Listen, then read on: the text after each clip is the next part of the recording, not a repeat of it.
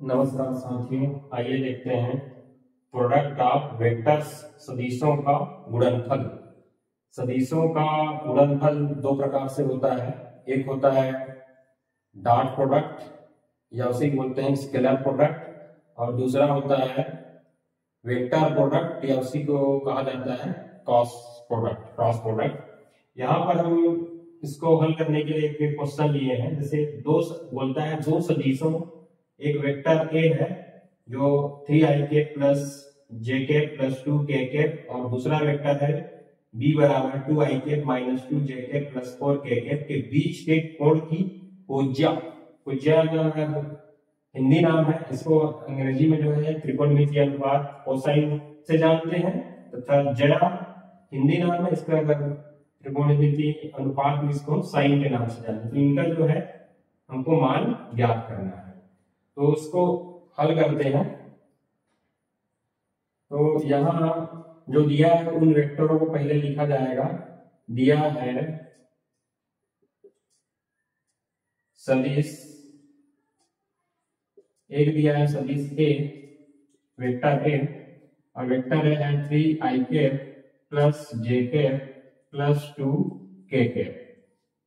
वह दूसरा जो वेक्टर है b बराबर 2i minus 2j plus 4k। इनका जो है कोण का कोज्या और जया हमको फाइंड करना है।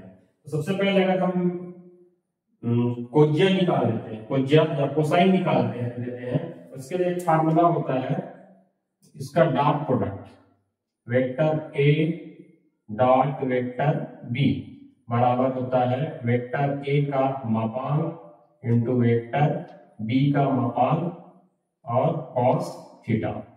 इसमें से अगर हम कॉस थीटा का अगर वैल्यू निकालेंगे तो ये हमको मिलेगा vector A into vector B का dot product upon vector A का मापांक इंटू वेक्टर बी का मापांक। तो इस फार्मूले से हम जो है कॉस थीटा निकाल लेंगे, और कॉस थीटा या कोज्या निकाल के तो फिर आसानी से जो है हम जया साइन को जो है प्राप्त कर सकते हैं। तो इसके लिए हमको कॉस थीटा बराबर दोनों वेक्टरों का डॉट प्रोडक्ट और प्रत्येक वेक्टर का मापांक मॉडुलस निकालना होगा, है ना। तो सबसे पहले हम निकालते हैं इन दो वेक्टरों का डॉट प्रोडक्ट। तब vector A dot vector B, तो ये हो जाएगा 3i plus J plus 2k dot 2i minus 2j plus 4k। यहाँ पे जब दो वेक्टरों का डॉट प्रोडक्ट करेंगे तो जो रिजल्ट आएगा वह भी एक स्केलर क्वांटिटी होगा, स्केलर होगा। तो जैसे इसका हम डॉट प्रोडक्ट करेंगे तो ये 3 का मल्टीप्लाई हो जाएगा 2 से, और i कैप का गुणा हो जाता है i कैप से, डॉट प्रोडक्ट तो ये होता है 1 के इक्वल हो जाता है, और प्लस आएगा 1 इंटू माइनस 2, यहाँ पर जो j का कोफिशिएंट है, प्लस यहाँ पर k कैप का जो कोफिशिएंट है 2 है, इसका मल्टीप्लाई हो जाएगा वेक्टर b के k कैप के कोफिशिएंट 4 से। अब यहाँ पे क्या होता है i cap dot i cap, ये इक्वल होता है 1 के, और ये j cap dot j cap का मान भी 1 के इक्वल होता है, और k cap dot k cap का मान भी 1 के इक्वल होता है, और बाकी जो i डॉट j कैप या फिर j डॉट k कैप, इन सब का मान जो है 0 के इक्वल होता है। तो यहाँ पर जब डॉट प्रोडक्ट निकालेंगे तो ये हमको मिलेगा, फिर इसको आगे सॉल्व करेंगे तो जाएगा 6, ये मल्टीप्लाई करने पर मिलेगा माइनस 2 प्लस 2 इंटू 4 मिल जाएगा 8। अब इसको सॉल्व करने पर ये मिल जाएगा 14 माइनस 2 इज इक्वल टू 12। तो हमने ये इन दोनों वेक्टरों का डॉट प्रोडक्ट निकाल दिया है। अब इन दोनों वेक्टरों का मापांक निकालना है, वह बस सबसे पहले निकाल देते हैं वेक्टर ए का मापांक। वेक्टर ए का मापांक इसको मॉडुलस के अंदर रखेंगे, वेक्टर ए को 3i plus j plus 2k इसका मापांक हो जाएगा रूट, मापांक कैसे निकालते हैं, जो आई के जे के या के इनके कोफिशिएंट का स्क्वायर करके योग कर देना होता है, जोड़ना होता है। तो 3 का स्क्वायर हो जाएगा 9, 1 का स्क्वायर 1 और 2 का स्क्वायर हो जाएगा 4। इस प्रकार से हमको जो वेक्टर ए का मापांक जो मिलेगा वो मिलेगा 14। इसी प्रकार निकालेंगे वेक्टर बी का मापांक।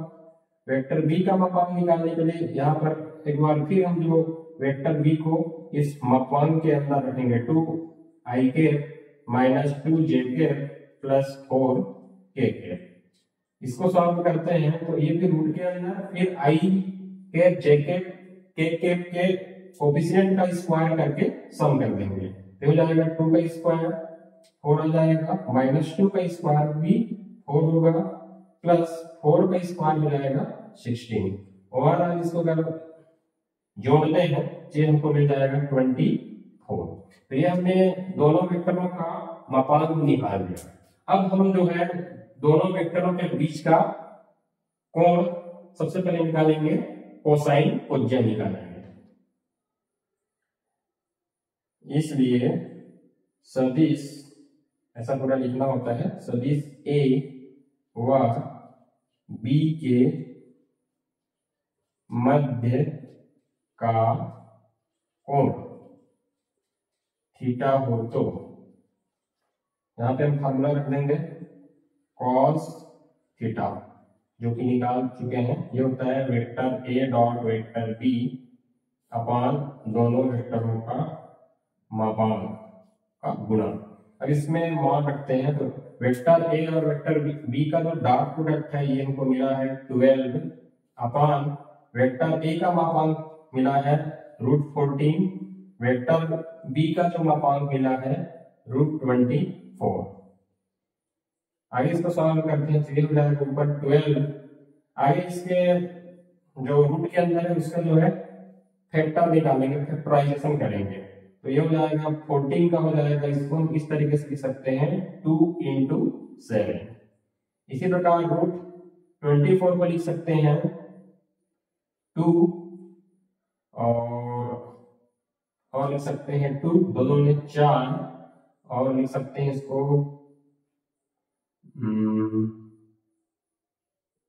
इसको हम इस तरीके से फैक्टर करना होता है, 24 को डिवाइड करते जाएंगे, 2 ऐसा आ जाएगा, फिर ये ऐसा आएगा, फिर 6 को डिवाइड करेंगे ये 3 आ जाएगा। तो ये ऐसा फैक्टर इसका निकलेगा।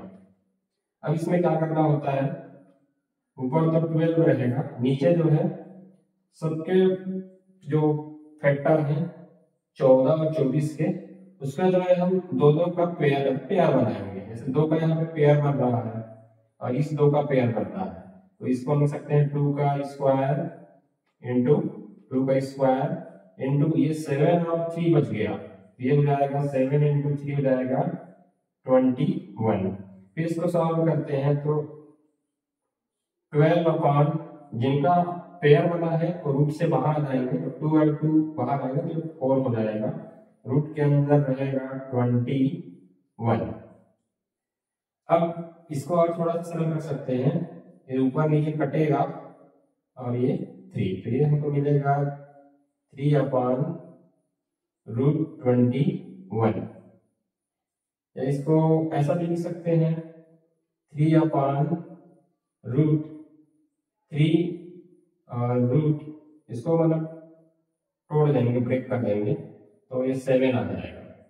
या फिर यहाँ पे हम √3 का परिमेयकरण करेंगे, तो ये हमको मिलेगा परिमेयकरण करने के बाद √3/7 रूट के अंदर मिलेगा। तो ये हमने निकाल लिया है cos थीटा का वैल्यू, कोज्या है ना, ये हमारा है कोज्या। अब हमको निकालना है जया, बढ़िया नाम है जया। इसमें जया निकालने के लिए जया इसी क्या बोलते हैं साइन।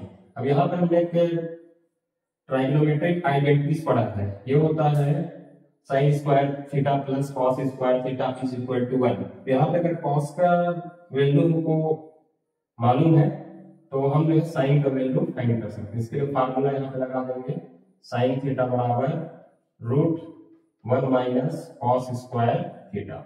आगे इसको सॉल्व करने पर 1 माइनस कॉस का यहाँ पर वैल्यू रखेंगे, ये है रूट 3/7, रूट के अंदर है इसका स्क्वायर, तो ये हमको मिलेगा रूट 1 माइनस रूट 3/7 का स्क्वायर है, तो ये हमको मिलेगा 3/7। फिर इसको सॉल्व करते हैं, तो मिल जाएगा 7 माइनस 3/7, ये हमको रूट के अंदर मिलेगा, 7 में 3 माइनस किए तो 4/7, या फिर इसको लिख सकते हैं 2/√7। तो ये हो जाएगा जया का मान और ये हो जाएगा कोज्या का मान। इस प्रकार से ऐसे प्रश्नों को हल करते हैं। धन्यवाद।